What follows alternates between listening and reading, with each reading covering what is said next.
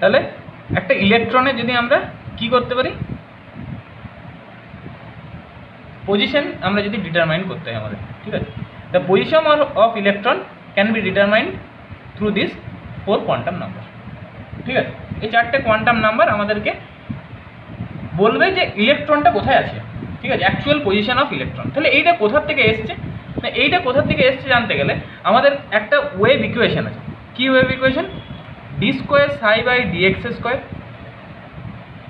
Plus d square psi by d y square plus d square psi by d x square plus 8 pi square m by h square into E minus V into psi equals to 0।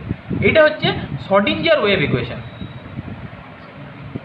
শর্ডিঞ্জার wave equation. পরীক্ষার সময় না, এটা কোনোদিন আসবে না পরীক্ষার সময়। Schrodinger wave equation. चले ये जो शॉर्डिंजर वेव इक्वेशन है यहाँ पर देखो 3 वेरिएबल्स है, सॉरी ये जेड होगा, ठीक है, एक्स वाई जेड। ये एक्स जे पार्टटा है, एक्स जे वेरिएबलटा है, वहाँ से हम प्रिंसिपल क्वांटम नंबर n पता कर सकते हैं। इसका जो डेरिवेशन है वो बहुत लंबा डेरिवेशन है, ठीक है। तुम लोगों को किसी को देखना चाहिए, जो देखते जास তাহলে আমার কাছে ডেরিভেশন করা আছে দেখাই দেবো, ঠিক আছে। তাহলে এইখান থেকে ডেরিভেশন করলে এই এক্স যে ভ্যারিয়েবলসটা আসছে এক্স ভ্যারিয়েবলটা থেকে তুই এন পাবি, ঠিক আছে, মানে প্রিন্সিপাল কোয়ান্টাম নাম্বার পাবি। এনটাকে আমরা বলছি প্রিন্সিপাল কোয়ান্টাম নাম্বার। এইখান থেকে তুই যদি ওয়াইকে ইয়ে করিস ডিরাইভ করে বার করিস সেখান থেকে তুই পাবি অ্যাজিমুথাল কোয়ান্টাম নাম্বার, সেটাকে আমরা কী দিয়ে লিখি? এল দিয়ে লিখি, স্মল এল। আর যদি আমরা জেডকে ডিফারেন্সিয়েশন করি তাহলে সেখান থেকে আমরা কী পাবো? मैग्नेटिक क्वांटम नंबर हमरा m पाओ। हाँ साई ये वेव फंक्शन है, फंक्शन समझते हो?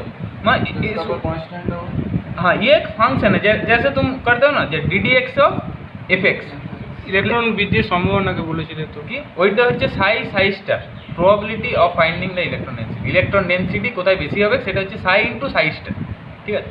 এইখানে সাইটা হচ্ছে ফাংশন, ঠিক আছে, ফাংশন। তাহলে এইখানে যেমন এফএক্সটা ফাংশন হিসেবে আছে সেরকম সাইটা হচ্ছে এখানে ফাংশন।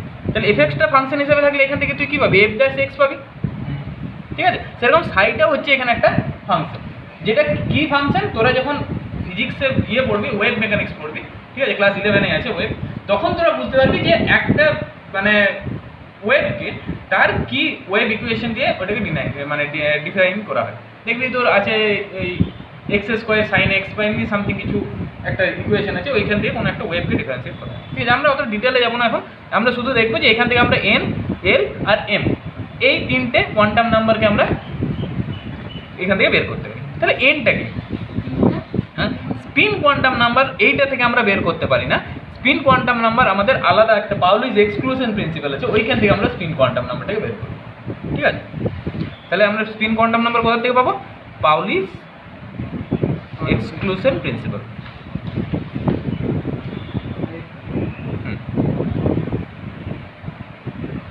ঠিক আছে, প্রথমে আমরা পড়বো প্রিন্সিপাল কোয়ান্টাম নাম্বার। তাহলে আমি কি বললাম যে এইটা আমাদেরকে কি বলবে না, তুই যদি মার্সে যাস তাহলে প্রথম ডেজিগনেশনটা হবে তুই আর্থে থাকিস, ঠিক আছে, যে পৃথিবীতে থাকিস এই পৃথিবীর ডেফিনেশনটা হচ্ছে আমাদের প্রিন্সিপাল কোয়ান্টাম নাম্বার। তাহলে প্রিন্সিপাল কোয়ান্টাম নাম্বার এন, এইটা আমাদের কী বোঝে? এটা আমরা বাচ্চা বয়স থেকে যেগুলো পড়ে আসছি সেগুলোই আমরা হচ্ছে প্রিন্সিপাল কোয়ান্টাম নাম্বার। আমরা অত জানতাম না, মানে এন ইকুয়ালস টু 1, ঠিক আছে, N equals to 2, N equals to 3, N equals to 4, যেমন তো এগুলো কী বোঝায়? কে এল এম এন, এগুলো শুনেছিস সবাই? K orbital, M orbital, N orbital, orbital orbit यहाँ ऑर्बिट में, ठीक है। তাহলে ये K shell, L shell, M shell, N shell, এগুলো সবাই জানিস। তাহলে যখন আমরা কে বলবো তখন তার মানে তার প্রিন্সিপাল কোয়ান্টাম নাম্বার হচ্ছে 1, যখন এল বলবো তখন 2, যখন এম বলবো তখন 3, যখন এন বলবো তখন 4, ঠিক আছে। তাহলে এটা একটা রাফ আইডিয়া এলো যে যদি একটা নিউক্লিয়াস থাকে সেই নিউক্লিয়াসকে চারিদিকে কতগুলো সার্কুলার অরবিট থাকে, ঠিক আছে। এই সার্কুলার অরবিট এটা হচ্ছে তোর N equals to 1 first circular orbit, এরপরে হচ্ছে N equals to 2 second circular orbit. তাহলে এইগুলোকে আমরা কে এল এম এন বলে জানি, ঠিক আছে। এরপরে আমরা যেখানে আসবো সেটা হচ্ছে তোর অ্যাজিমুথাল কোয়ান্টাম নাম্বার। অ্যাজিমুথাল সময় এখানে যে বাড়ে, শক্তি বাড়ে, আকারে বাড়ে, এই সব বলতে একই দিকে থেমে গেছে। হ্যাঁ এই যে আকারে বাড়ে, নিচের দিকে গেলে ও আকারে শক্তি বাড়ে। হ্যাঁ, তো এটা অবভিয়াসলি এবার তুই দেখতে পেয়েছিস যে n = 1 এর থেকে n = 2 টা বড়, ঠিক আছে? তাহলে n = 3 টা আরো बड़ा হবে, समझ तो n = 1 ऑर्बिट का जो साइज है n = 2 ऑर्बिट का साइज उससे ज़्यादा है, n = 3 साइज उससे ज़्यादा है। फिर जब हम ऊपर से नीच में आएंगे, ठीक है, तो ये साइज इंक्रीज होता रहेगा, ठीक है? या इसका तुम जब ये पढ़ोगे वो जो फॉर्मूला है En = -13.6 × z²/n², ठीक है? ये पढ़ा है? नहीं पढ़ा? ये बोर से आता है, ठीक है, बोर मॉडल से। हाँ, तुम पढ़ो, ये सब कॉपी में है, वो जो नोट्स भेजा है चले। इससे हमको पता चलता है ये एनर्जी इसका ये n = 1, n = 2, n = 3, इसका एनर्जी भी इस तरह से बढ़ता है, ठीक है? तो हमका मोटो है यहाँ पर कैसे हम azimuthal quantum number, principal quantum number ये सब एक साथ निकालेंगे, ठीक है? তাহলে প্রিন্সিপাল কোয়ান্টাম নাম্বার আমাদের হয়ে গেল। তাহলে প্রিন্সিপাল কোয়ান্টাম নাম্বার বলতে আমরা কি বুঝবো? কে এল এম এন, ঠিক? আরও হবে, ঠিক আছে? এরপরে আমরা যখন অ্যাজিমুথাল কোয়ান্টাম নাম্বার যাব, অ্যাজিমুথাল কোয়ান্টাম নাম্বার কি বলবে?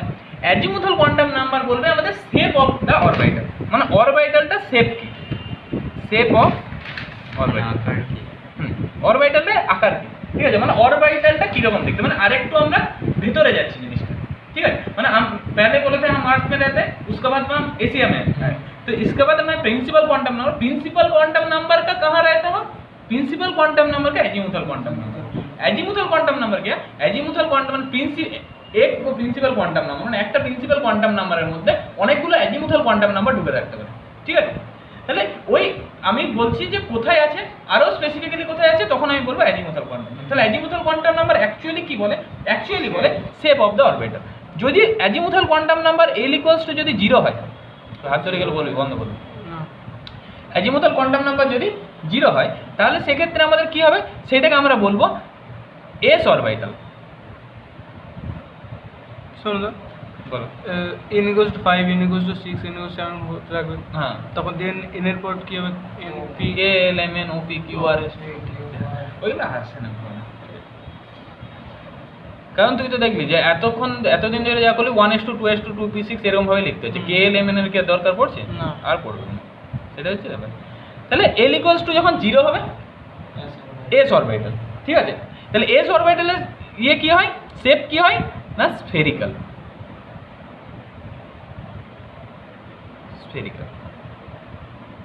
ঠিক আছে? এস অরবিটালের শেপ হয় স্ফেরিক্যাল। তারপরে কি? এসে l = 1, l = 1 হলে হয়ে যাবে তোর পি অরবিটাল।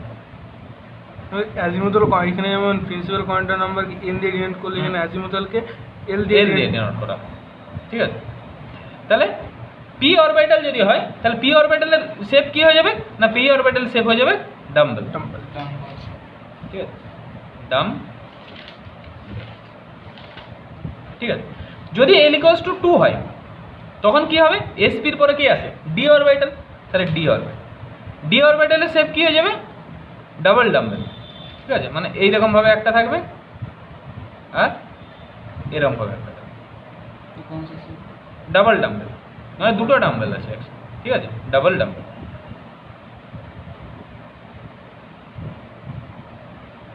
আর l = 3 হলে কি হয়? एफ ऑर्बिटल, इसका शेप थोड़ा सा कॉम्प्लिकेटेड है। हाँ, शेप बनेगा, इस तरह से बनेगा, बट इसका कोई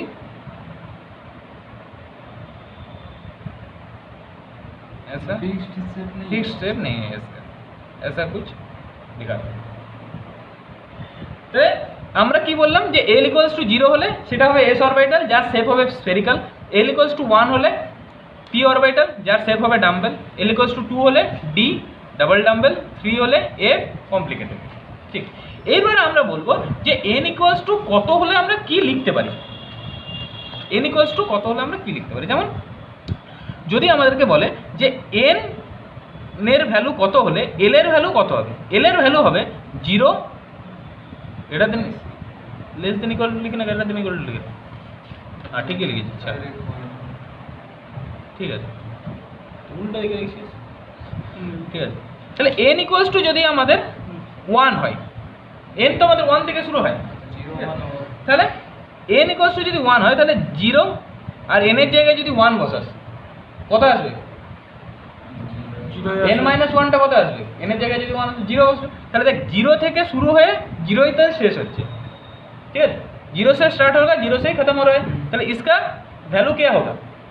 सिर्फ 0 होगा, তাহলে ये हो गया 0, ঠিক আছে। তাহলে n ইকুয়ালস টু 1 হলে এইটা হবে 0, এই n 0 মানে কি না, n ইকুয়ালস টু 1 আর l equals to 0, l equals to 0 হলে কি হয়? s ऑर्बिटल, তাহলে 1s, इसीलिए 1 में सिर्फ एक ऑर्बिटल रहता है 1s। इसके बाद हम 2 में जाए तो 2 হলে কি হবে? 0 থেকে 1 এর মধ্যে, মানে 0 থেকে 1 এর মধ্যে ইভেন নাম্বার কতগুলো আসছে? 0 আর 1 আসছে, তাহলে 0 মানে কি s, মানে আমরা কি কোন প্রিন্সিপাল কোয়ান্টাম নাম্বার বলছি? 2, তাহলে 2 প্রিন্সিপাল কোয়ান্টাম নাম্বার হলো 2s আর 2p, ঠিক আছে। এবারে যদি আমরা 3 তে যাই, 3 তে গেলে কি হবে? 0 থেকে 3 মাইনাস 1 মানে 2 এর মধ্যে, তাহলে 0 থেকে 2 এর মধ্যে কি কি থাকে? 0 1 2 0 1 2, তাহলে 0 1 2 মানে 3s 3p 3d, इसीलिए 3 में 3 वो ऑर्बिटल रहता है, ठीक है। इसके बाद 4 में কি কি আসবে বল? ওই দিকে না তাকায়, ওটা বন্ধ কর। 0 1 2 3 हाँ, 0 बोलो। 0 0 1 2 3 4 0 1 2 3 n মাইনাস 1 অবধি, ঠিক আছে। তাহলে 0 1 2 3, তাহলে 0 আমরা প্রথমে 4 গুলো লিখে দেবো, কারণ আমরা যেহেতু প্রিন্সিপাল কোয়ান্টাম নাম্বার আমাদের 4, ঠিক আছে। এরপরে যেহেতু 0 আছে তাহলে আমরা কি লিখবো? 4s, তারপরে 4p, তারপরে 4d, তারপরে 4a, ঠিক আছে, বুঝলি? তাহলে কেন 1s আসে 2s আসে 2p আসে, মানে 2 তে কেন দুটো অরবিটাল থাকে, 3 তে কেন 3টে থাকে, 4 এ কেন 4টে থাকে, ঠিক আছে। तो ये हमको एजीमुथल क्वांटम नंबर से, एसपीडीएफ का बाद भी तो आता है ना, हाँ एसपीडीएफ इसके बाद जी आता है, जी यही चलता है, তো হলো। তাহলে এইটা হয়ে গেল আমাদের অ্যাজিমুথাল কোয়ান্টাম নাম্বারের ব্যাপারটা। তাহলে অ্যাজিমুথাল কোয়ান্টাম নাম্বারে এর নোটে অনেক কিছু এক্সট্রা দেওয়া আছে, সেইগুলো পড়বি, পড়ে বুঝতে পারবি, ঠিক আছে। মানে আমি বেসিকটা শুধু বলে দিচ্ছি, ঠিক আছে, কারণ এইটা মোটামুটি আমি 4 দিন ধরে পড়াইছিলাম, তো এইটা তো এখনই 1 ঘন্টা সম্ভব নয়, তো মোটামুটি বেসিকটা আমি বলে দিচ্ছি যাতে তোরা নোটটা পড়ে বুঝতে পারছিস, ঠিক আছে। এরপরে আমি কি বলছিলাম জানো? ম্যাগনেটিক কোয়ান্টাম নাম্বার, ম্যাগনেটিক, এই তো এখানে বুঝতে পারবি সব। Magnetic quantum number, quantum magnetic quantum number किससे डिनोट किया जाता है? m से। पहले मैग्नेटिक क्वांटम नंबर यदि m है, इसका वैल्यू कितना होगा? -l से लेकर +l तक, ठीक है, -l থেকে +l হবে, ঠিক আছে। যদি l এর ভ্যালু মনে কর 1 হয়, ঠিক আছে, তাহলে -1 greater than equals to m greater than equals to +1, তাহলে -1 থেকে +1 অবধি, তাহলে -1 থেকে +1 অবধি হোল নাম্বার, ঠিক আছে, পূর্ণ সংখ্যা কতগুলো আছে? -1 0 +1, ঠিক আছে। তাহলে এইগুলো হবে। তাহলে আমরা দেখ একবারে পুরো সিস্টেমটা একবারে আঁকছি, ঠিক আছে। আমরা প্রথমে লিখছি প্রিন্সিপাল কোয়ান্টাম নাম্বার n, 2 रहेगा तो सर, हाँ सब कर रहे हैं, ठीक है, n equals to n plus -2, इसके बाद l, इसके बाद m, सब एक साथ कर रहे हैं, ठीक है। n যদি 1 হয় তাহলে l এর ভ্যালু আমরা কি দেখলাম? l এর ভ্যালু হয় 0 less than equals to l থেকে n - 1, এটা হবে -l এটা দেন ইকুয়ালস টু m থেকে প্লাস, ঠিক আছে। তাহলে n এর ভ্যালু যদি 1 হয়, l এর ভ্যালু কি হবে? l এর ভ্যালু কি হবে? 0 0, তাহলে 0 মানে হয়ে যাচ্ছে আমাদের 1s। এইবারে l এর m এর ভ্যালু কত হবে? m এর ভ্যালু হচ্ছে -l থেকে +l, তাহলে l এর ভ্যালু তোর কত বেরিয়েছে? জিরো বেরিয়েছে, তাহলে এল এর ভ্যালু যদি জিরো বেরোয় তাহলে মাইনাস এল থেকে প্লাস এল মানে মাইনাস জিরো থেকে প্লাস জিরো, তাহলে মাইনাস থেকে প্লাস জিরো মানে সেই জিরো, তাহলে জিরো। এই জন্যে এইখানে দেখ কটা, এইখানে আমরা এম এম হচ্ছে ম্যাগনেটিক কোয়ান্টাম নাম্বারের ভ্যালু, ঠিক আছে, মানে কোনো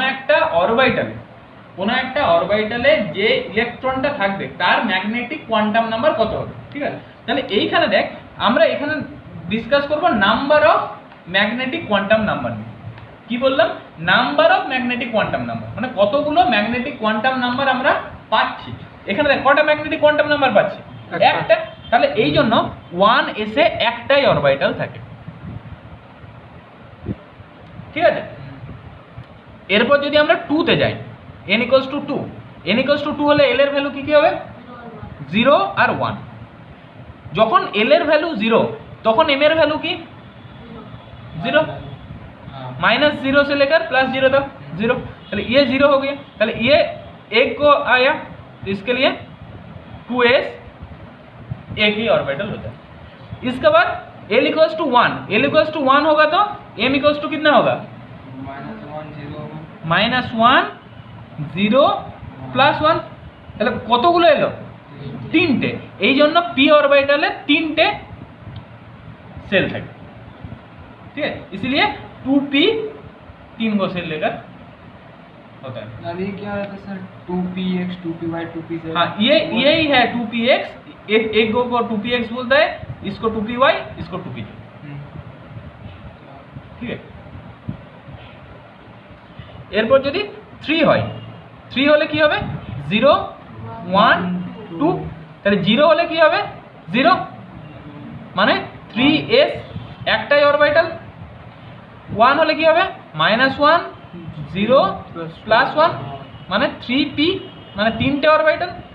কতগুলো অরবিটাল হবে, ঠিক আছে, মানে কতগুলো সেল থাকবে, ঠিক আছে, অরবিটাল কতগুলো হবে সেটা কার উপর ডিপেন্ড করে না, ম্যাগনেটিক কোয়ান্টাম নাম্বার আমরা কতগুলো পাচ্ছি, মানে 3p অরবিটালে আমরা কতগুলো পাচ্ছি, মানে এগুলো অ্যাকচুয়ালি এটাকে সাবসেল বলে, ঠিক আছে, সাবসেল, ठीक है, सेल सबसेल तारपर ऑर्बिटल सब सेल डिनोट करते हैं। हाँ, ये 3s 3p सब सबसेल डिनोट करते हैं। तो उसका बाद जो आता है वो ऑर्बिटल, মানে 1s, এই 1s টা হচ্ছে একটা সাবসেল, ঠিক আছে, মানে 1 হচ্ছে প্রিন্সিপাল কোয়ান্টাম নাম্বার মানে সেল, 1s টা হচ্ছে সাবসেল, 1s এর আন্ডারে যতগুলো সেল মানে অরবিটাল আছে এগুলোকে আমরা বলি অরবিটাল, ঠিক আছে।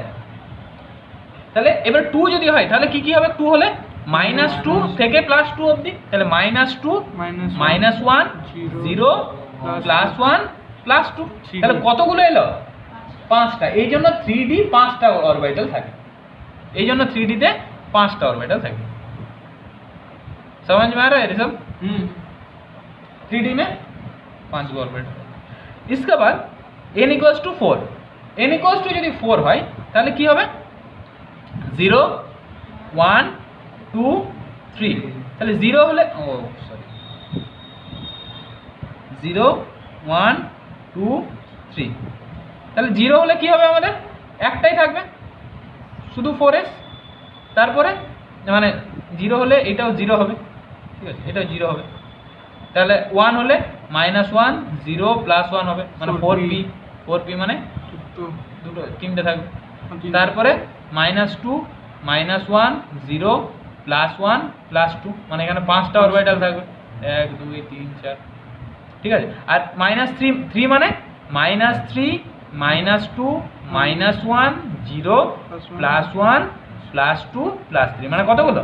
7টা হলো, ঠিক আছে। তাহলে f ऑर्बिटल में f सब सेल में 7 को ऑर्बिटल, 7 ऑर्बिटल रहेगा तो 14 इलेक्ट्रॉन 14 इलेक्ट्रन। হ্যাঁ, এইবারে হচ্ছে এক একটা অরবিটালে দুটো করে ইলেকট্রন থাকবে। এইবারে এইটা কে বলবে? এইটা বলবে পাউলিস এক্সক্লুশন প্রিন্সিপাল। এইবারে পাউলিস এক্সক্লুশন প্রিন্সিপাল, स्पिन क्वांटम। এরপর যে স্পিন কোয়ান্টাম नंबर आता है, তাহলে पाउलिस एक्सक्लूजन प्रिंसिपल बोलता क्या है? ठीक है, पाउलिस एक्सक्लूजन प्रिंसिपल है कि किसी भी इलेक्ट्रॉन का कोनो इलेक्ट्रॉन है, ठीक है, 4 को क्वांटम नंबर एक नहीं हो सकता। किसी भी इलेक्ट्रॉन का कोनो इलेक्ट्रॉনের 4টে কোয়ান্টাম নাম্বার কখনো সমান হবে না, এইটা হচ্ছে Pauli's exclusion principle. 4 quantum number of 2 electron can never be equal, ঠিক আছে, হ্যাঁ মনে কর দেখ এটা আমি এবারে পড়াবো স্পিন কোয়ান্টাম নাম্বার।